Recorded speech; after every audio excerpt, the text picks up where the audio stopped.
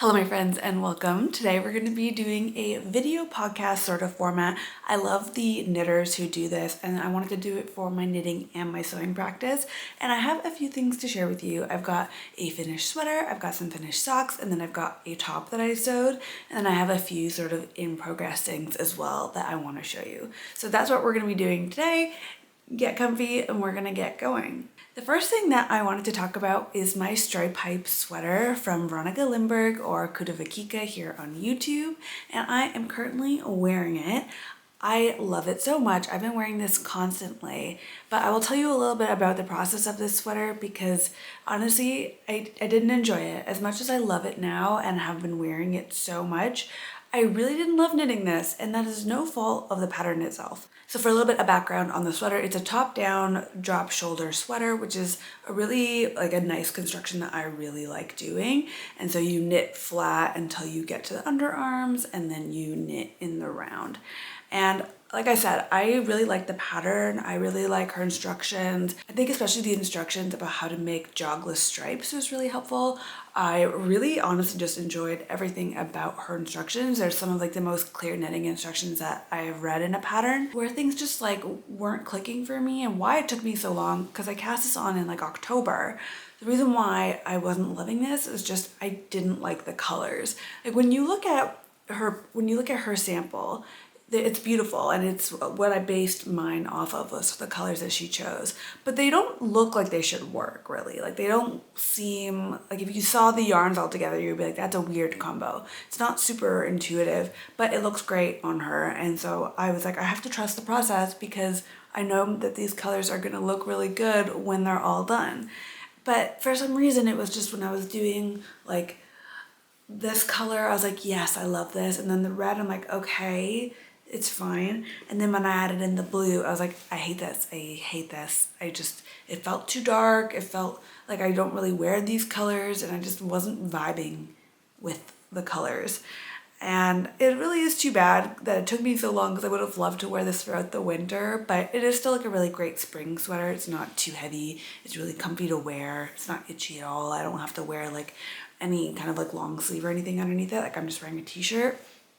So I am at least happy that, I finally did finish it, but I wish that I had kind of gotten on it sooner because it all changed when I got to the sleeves, because all of a sudden, these are two of my favorite colors, is this pink and this blue, that when I got to the sleeves, I was immediately like, oh, I want to finish this. I love this. I loved how it was turning out. And when I blocked it, I was again, still not sure.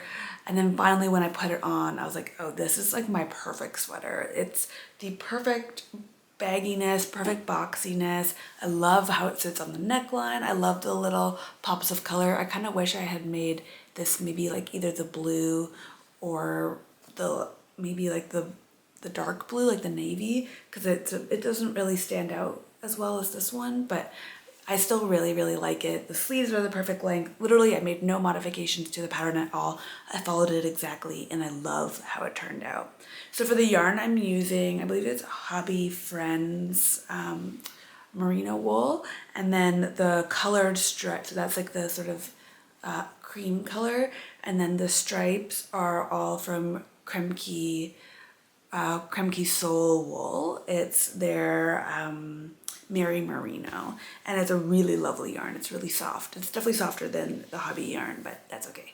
And I love it. I've been wearing it constantly. I'm feeling like a color girly when I wear this. I'm like, oh yeah, this is the vibe. It's a cool sweater. I feel really cool in it. I really like styling it. I think that it just adds a little brightness. The first day that I wore this out, actually I wore it on the eclipse, and the first day that I wore this out, I was on my way home and someone stopped me and told me that they really liked my style. So I was like, damn, I really got it still. So yeah, this is the stripe hype. I really, really liked it. I wish it did not take me from October to now, but such is life. Sometimes knits take longer than you expect, but I do highly recommend this pattern, and everyone that I've seen looks so cool in it, and it has made me want to make more stripy things, which I will have to get to shortly because I've got something stripy to show you. So let's get into the next one. And these are my little socks. They look really dumb because I haven't blocked them. I don't have sock blockers, so I'm just gonna have to block them flat, I think. And I've seen a few people do it. Like, I really like how those twins who knit always talk about how they block their socks. They just sort of like block them kind of flat like that. But this is the Lava sock from Le Pole, and it's my first toe-up sock. And honestly, I love this. It's a game changer. I never want to knit cuff down socks again because I just love how when you get to the cuff, you cast off and it's so easy. Because I hate grafting the toe. I really hate grafting the toe. But this was just a delight. It was a Turkish cast on, which was so easy. It was just like, it was the easiest cast on I've ever done. And I love the little toe increases, and then you just knit forever until you get to the heel. And then it was a German short row heel, which a lot of people say is quite gappy, and I could see that. Like, I've got a little gap kind of right there, if you can see. But otherwise, I think it turned out pretty good. I was really yanking on it. Like, the pattern says to yank on the yarn at the short row heel, and I definitely was doing that. So I think it'll be okay. It, like, maybe slightly gappy, but it turned out pretty nice. And I love the little frill on top. I've been talking in my last maybe couple of videos about frill socks. Just look how cute. And oh, that's the bottom. And I really like how these ones turned out. I made them quite a bit shorter than she did, but it's because I want to wear them in like the spring and summer, and so they need to be a little shorter. Like, maybe I'll wear them like that. I don't know yet. Maybe I'll wear them up. Hard to say. But I think they're really cute. And it was, like I said, toe up, and then this is all half twisted rib on the front, and then the back or the bottom is just stockinette. And then once you finish the heel, you go back into twisted rib, and then you, what do? You do yarn overs to get the frill, and I won't give any more information about that, but yeah, not a big deal. I think you could probably find all of that online pretty easily, but I really like them. I think this is so fun. I'm doing a make along for frills and ruffles and gathers, if that's something that you're interested in, because, well, I wanted to. A few of you mentioned that. If you want to join, it's still going on Instagram, so you can go check that out. It's called the Frill Seekers Make Along, and there's going to be prizes that I'm going to announce soon. So these are my socks. This is the Sunday Fabrico, her yarn, her superwash, organic superwash yarn, I believe. And this was the lemonade, I think, color. I'm not 100% sure, but I love it.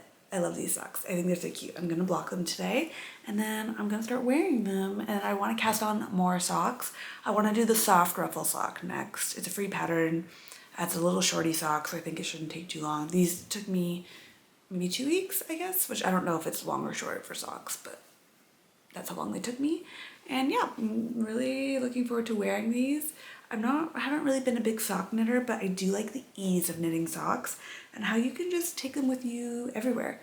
Like, I just really like how you can just put them in a little purse. I can put them in my like Uniqlo crescent bag and just carry them around with me everywhere. That's such a game changer. So got my Leva socks, got my, what is this? Again, this is my stripe pipe sweater. I'm just keep pulling yarn, like hairs out, my own hair and my cat hair out of the sweater. Anyways, those are the two knitted finished objects. Let me show you the thing that I sewed, which I'm really proud of. 1 second. Okay, this is the Deer and Doe Orchidée top. It's a top and a dress, and this is also something that I made and that kind of fits in with my make along. So if you're not a knitter and you want to do some sewing, you can make something cute and ruffly. And this is honestly the prettiest top I think I've ever made. I made it in this stripy seersucker. I'm not sure if it will pick up on camera, but it's like a white on white, just like a stripy seersucker, and it's super, super pretty.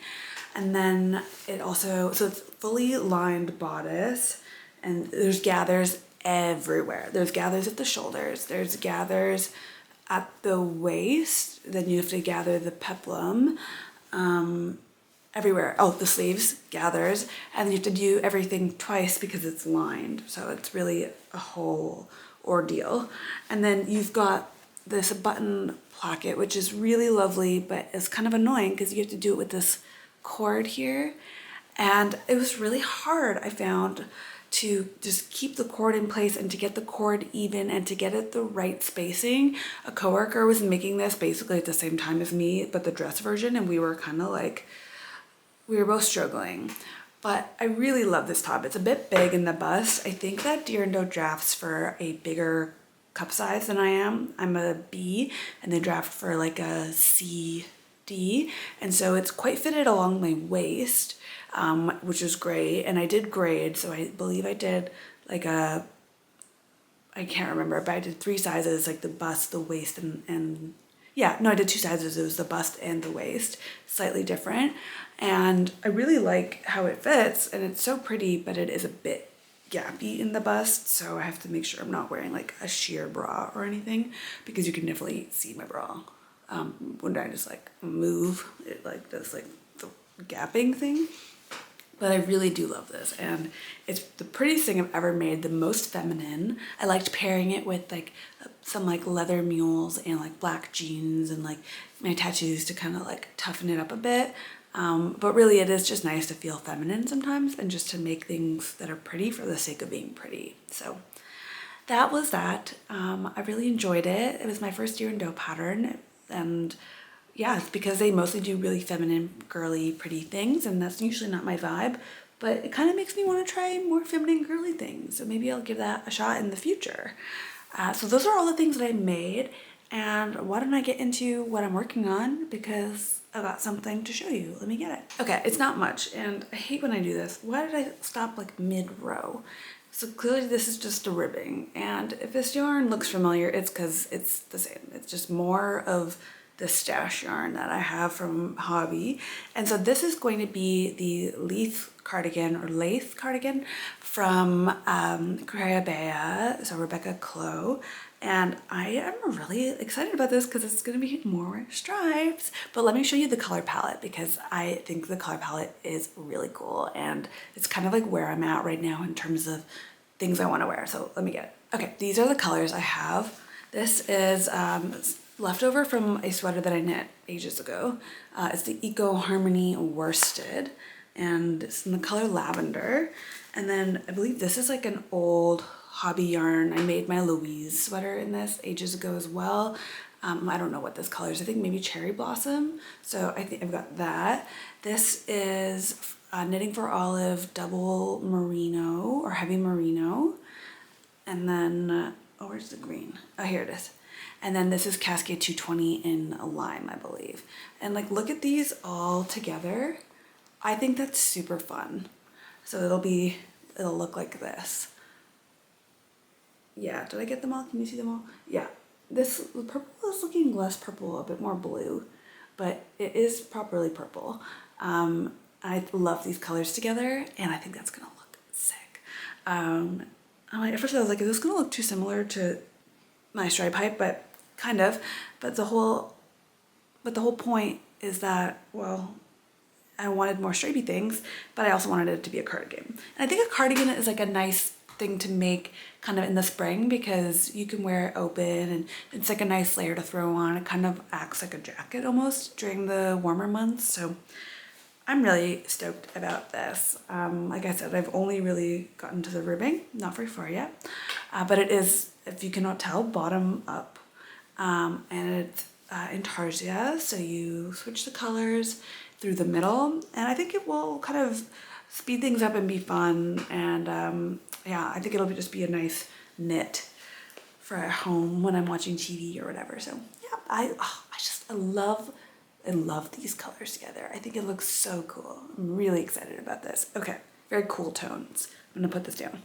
Another thing I've been wanting to do, and this is literally nothing. It's just the yarn. But I've been wanting to make the Made You Dream top from Ocean Knits, and I have so much of this in my stash from when I was more of like a darker color girly. But I love this, and I am gonna make it because I've got a bunch of this mohair, and I'm kind of in like a stash busting mood, if you can't tell. Those were all from my stash, and this is from my stash. So I'm trying to use stash things and get rid of them, because then I can buy more yarn.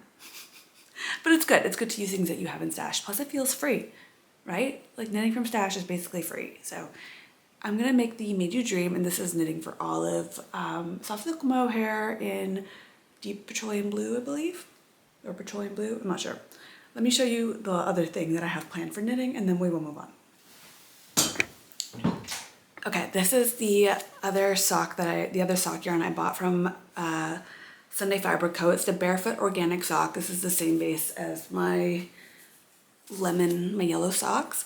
This is the color Extra Sugar Coat, I believe. It's so pretty. There's like yellows and greens and pink and blue in here, and a bit of purple as well. So I'm not sure what I want to do with this exactly, but it's going to be my next sock, I think, because I'm in a sock mood and these are delightful. And I think the colors are really pretty. So I just wanted to share this because I just love, like, look how pretty it is. This is like all my favorite colors. I can't wait to knit with this. It's a really nice sock base as well too. It's not like the softest, but it's quite nice. I did like it a lot. So let me put this down. And then, so that's all my knitting projects that I kind of have planned. Let me show you my sewing projects. There's not much, but there's two things that I'm kind of working on. Okay, this was literally just, I've cut it out and it's just been sitting in my like little bin that I have for works in progress. This is going to be the Atom Pant from Daughter Judy, and it's in this like very raspberry colored denim or like a canvas. And I think this is gonna be so cool. I'm kind of debating if I want to do white top stitching. I think the white top stitching, like a creamy top stitching, would look really good, but it's also really annoying. And then I'm looking, I don't think I have any colors of yarn for this, but I do have the cream colored, so I wouldn't be able to color match this if I wanted to start this weekend, but I would be able to make the contrast. So maybe that's like what I end up doing. So I've been telling everyone I'm in my like pants era. I made a whole video on like sewing hard things. If you want to check that out, I'll link it in the top somewhere over here. But yeah, I've been talking about doing more hard things, and I think this will maybe be a bit of a hard thing, but that's okay. Daughter Judy, Atom Pant. Put this down. And then I've got this recycled denim. It's kind of slubby. It's got a really nice texture. And I don't know if you'll be able to see, it's kind of speckly. So it's not like a proper cream. It's got like speckles in it. I don't know if you can see that, but it's a recycled denim. It's got a really nice hand, and I think it will be really nice to work with. And this is going to be a pair of coat trousers. So I've made the coat trousers before. I wear them constantly. I'm trying to not wear them into the ground. And so this is a good way to do that by making more. And these can kind of be my summer coats. But realistically, I'm going to wear this all year round because I don't care. But I can't wait to wear this with my two stripy sweaters, my stripy cardigan and this. I love that. So those are the things that I have planned, and I think that's it. So that's this video. Thank you for being here and for watching, and I'll see you guys next time. Bye.